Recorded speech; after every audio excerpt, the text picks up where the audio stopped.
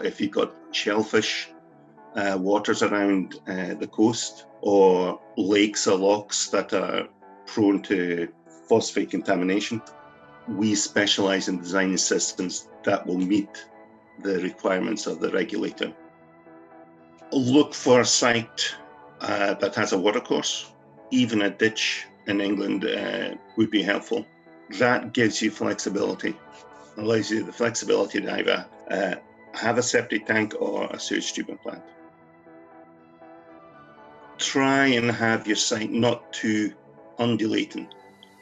It doesn't have to be level.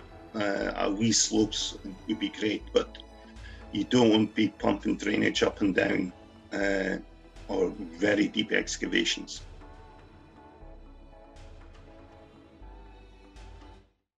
Hello and welcome to the Glamping podcast. We're in peak glamping season at the minute, and to any of those who have sites up and running at the minute, I hope you're having a good season so far. For those who haven't got their sites up and running yet but are looking at setting one up, I hope it's inspiring you to be up and ready for next summer, because this is where the money's made really, and it's where the peak season is. That's an exciting talking point about being open and your site being full and the guests streaming in. Maybe a less exciting point about your glamping site, especially when you're setting up, is what you're going to do with all the waste that comes with humans staying on your site. So today we're going to be talking about foul drainage, wastewater treatment, and all the less glamorous sides of glamping. And to do that, we've got an expert in Simpson at Viltra Wastewater Technology. They're experts in wastewater treatment, foul drainage, and all that kind of thing. Today we're going to talk about different foul drainage solutions, the benefits of sewage treatment plants over septic tanks, the costs associated with installing sewage treatment plants, and finally here's one tip for prospective glamping site owners on the subject of foul drainage and wastewater treatment. It's probably not the most exciting episode today, but it's absolutely vital if you are thinking of setting up a site, because this is an area that really can't be neglected. The last thing I think anyone would want is to smell human excrement as they arrive on site. So it's really important that you get this right in order to give your guests a good experience. And as ever, I hope you enjoy, but most importantly, I hope you find today's episode valuable. Hi Grant, how you doing? Doing well, Nick. Thanks for meeting me. Good to see you. Yeah, good to see you too. No problem at all. Okay, so you're an engineer at Viltra Wastewater Technology. And Viltra are providers of wastewater treatment solutions to a variety of industries, one of which is being the glamping industry, which obviously we're going to be talking about today. Just for people who don't know, what is wastewater treatment? Well, any process that takes water in, whether you're using your toilet, whether it's a food processing plant, whether it's a restaurant or something like that, you're taking water in and you're putting waste out with this water. So we treat the wastewater as it comes out to acceptable standard. We take out all the pathogens, we take out all the ammonia, we take out all the phosphates. When I say all the phosphates, we take it down to a very low level, to a level that's clean enough to discharge into a watercourse, and it's not doing no harm to the environment. So obviously you're an engineer at Viltra, and how did you actually come to work there, and what does your role consist of?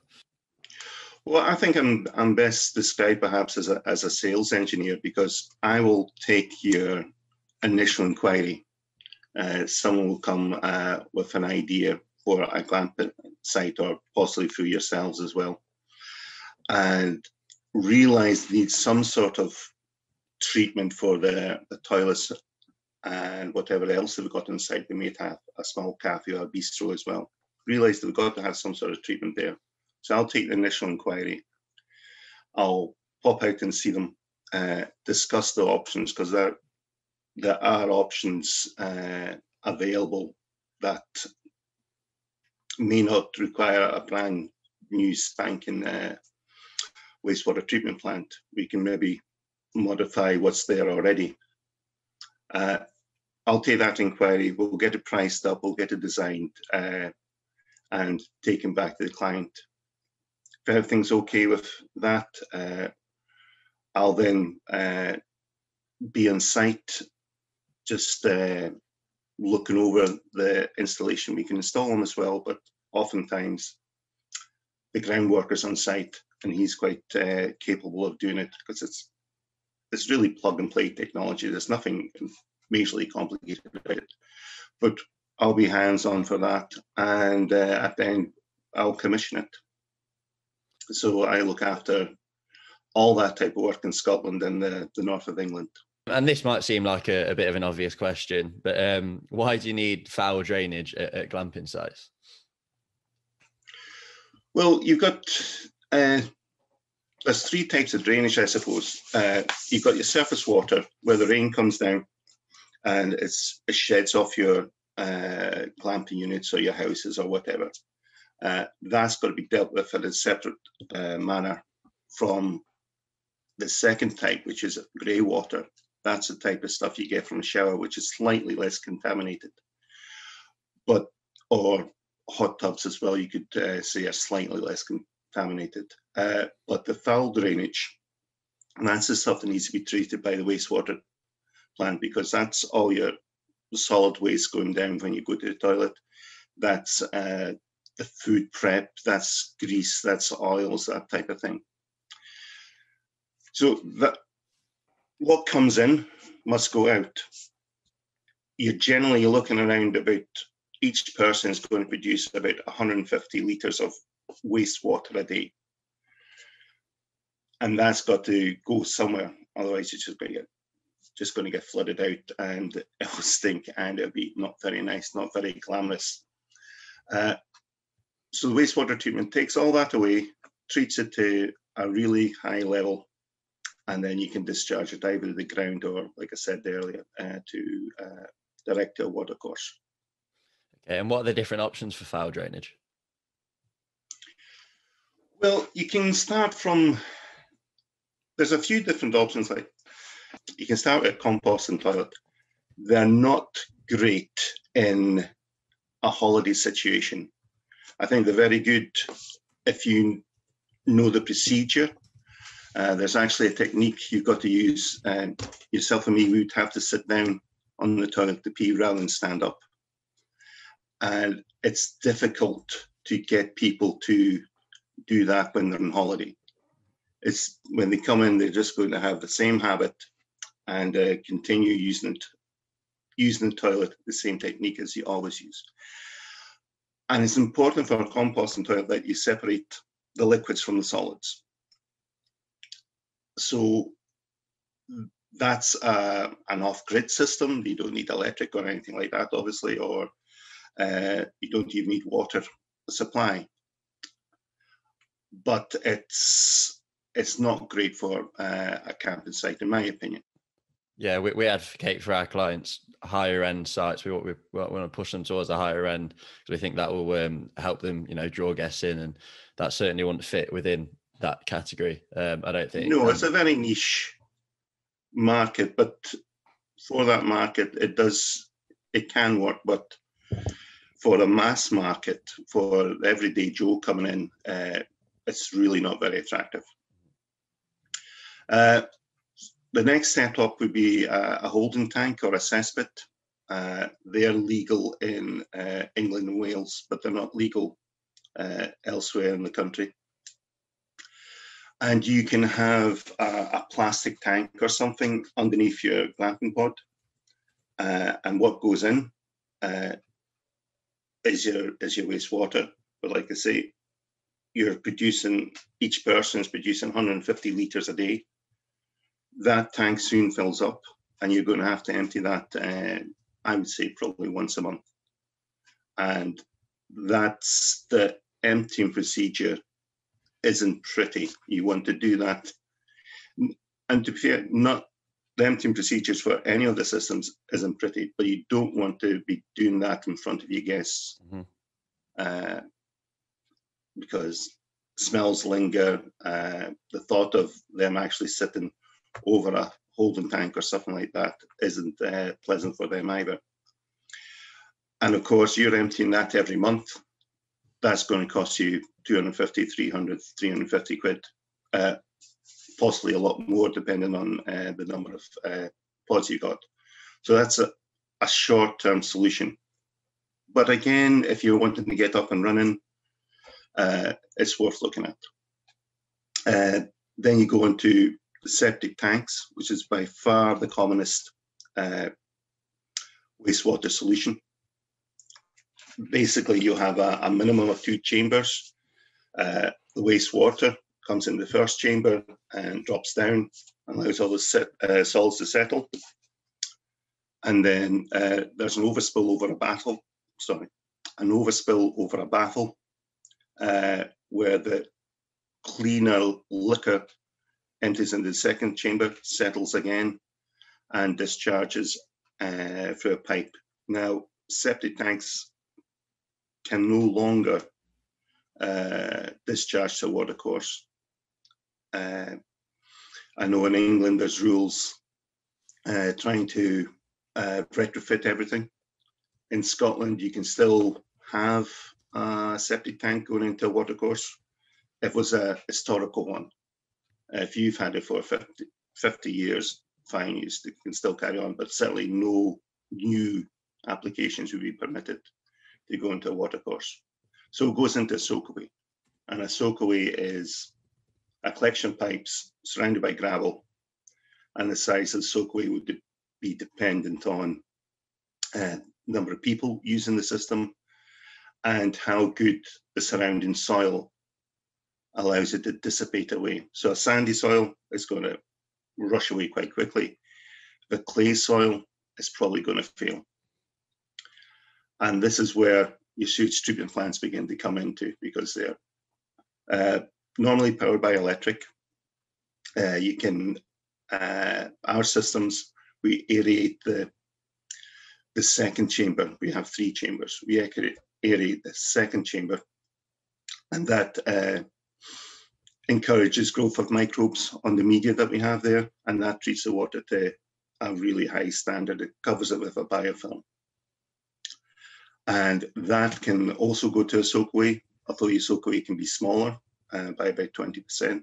Or if the watercourse is big enough and it's got a good enough flow, it can go straight to a watercourse.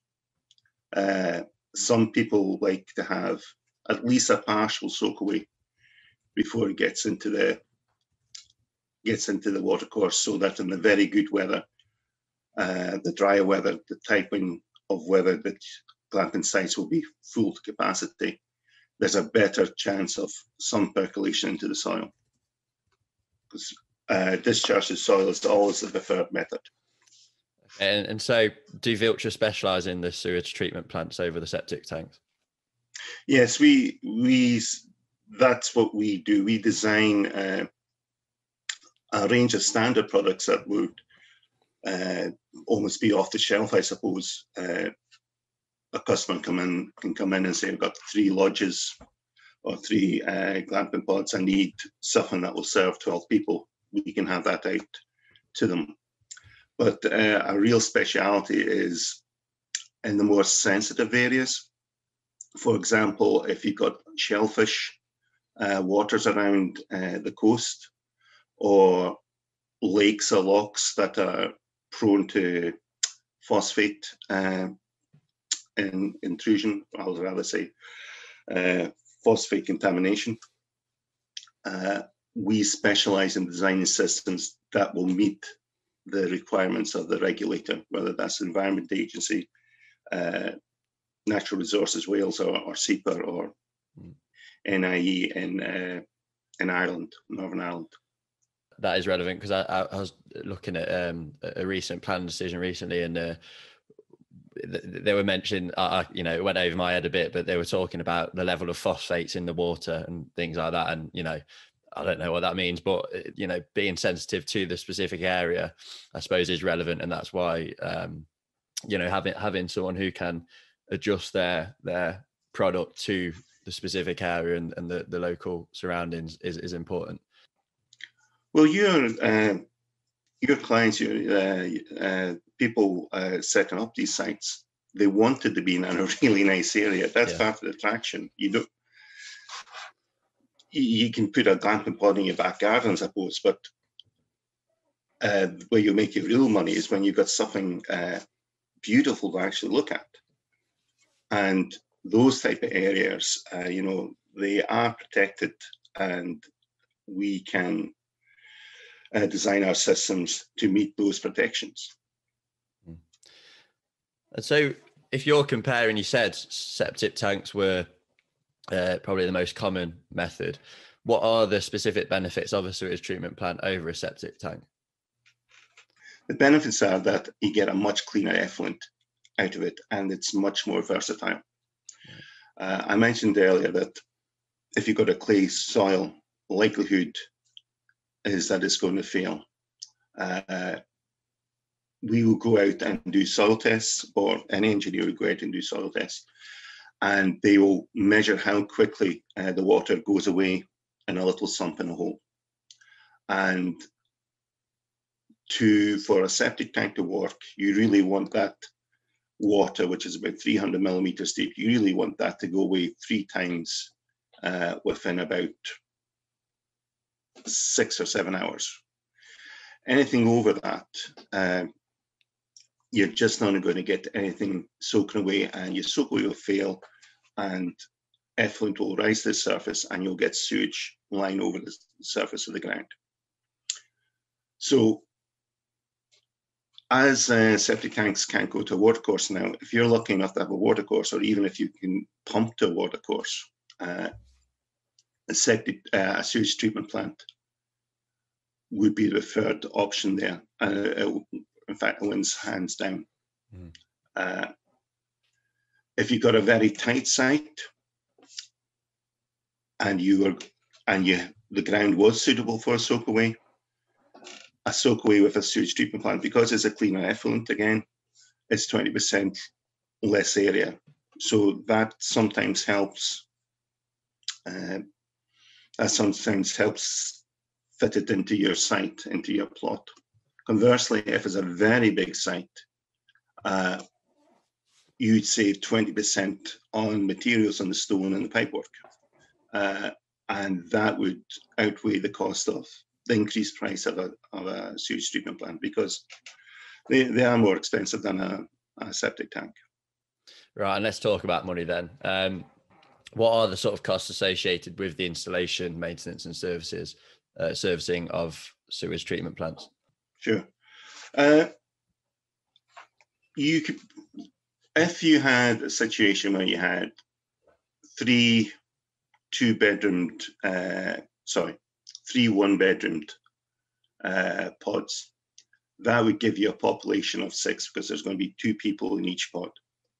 So the standard 6 population unit, and most companies, not just Viltra, most companies would start off at that 6 population. That would be round about the £1,600 to £2,000, as opposed to a septic tank, which might be about £600 to £700 for that. On top of that, and this is the same for a septic tank, really, I do recommend that you get it looked at least once a year. Bigger systems, when you go up to great big lodge parks or glamping sites, you might want to look at that every 6 months or every 4 months. And the cost for that would be round about £250. You also have an electric supply to the treatment plant, but most of these systems run on something like 40 to 60 watts, which is like a light bulb. Okay, it's going 24/7, but you'll have a light bulb sort of usage on it. So there's not much terrible cost in that. And then your septic tank and your sewage treatment plant, they still need to be desludged. And you're looking at about £250, £300 for doing that once a year. Well, and I would also say for the installation of these, for these small 6-person units, you're probably looking something around about £15,000 for doing your soak away. That can vary depending on the size of the soak away. Around about £15,000 for the supply and install of the system. Right, just before we finish, if you could give one tip to a prospective glamping site owner looking for drainage solutions, what would that be? I would say look for a site that has a watercourse. Even a ditch in England would be helpful. That gives you flexibility, allows you the flexibility to either have a septic tank or a sewage treatment plant. Try and have your site not too undulating. It doesn't have to be level. Wee slopes would be great, but you don't want to be pumping drainage up and down or very deep excavations. Try and keep everything to the top of the soil. Avoid all these costs in excavation. So a nice flat site with a nice sloping site with a watercourse down at the bottom would be the ideal site as far as drainage goes. Brilliant. And if anyone wanted to get in touch with you or Viltra, how would they go about doing that? Yeah, sure. If they email me at grant@viltra.co.uk from anywhere, we cover the whole of the UK. If they contact me that way, we'll sure can have a discussion with them and help them out on what they need. Perfect. Well, thank you for joining us, Grant. All right. Thank you, Nick. Thank you for listening to another episode of the Glamping Tech podcast. I hope you enjoyed and that you found value in today's episode. If you did, feel free to leave a rating and review on Apple Podcasts, as it really helps us move up the podcast rankings. Thank you.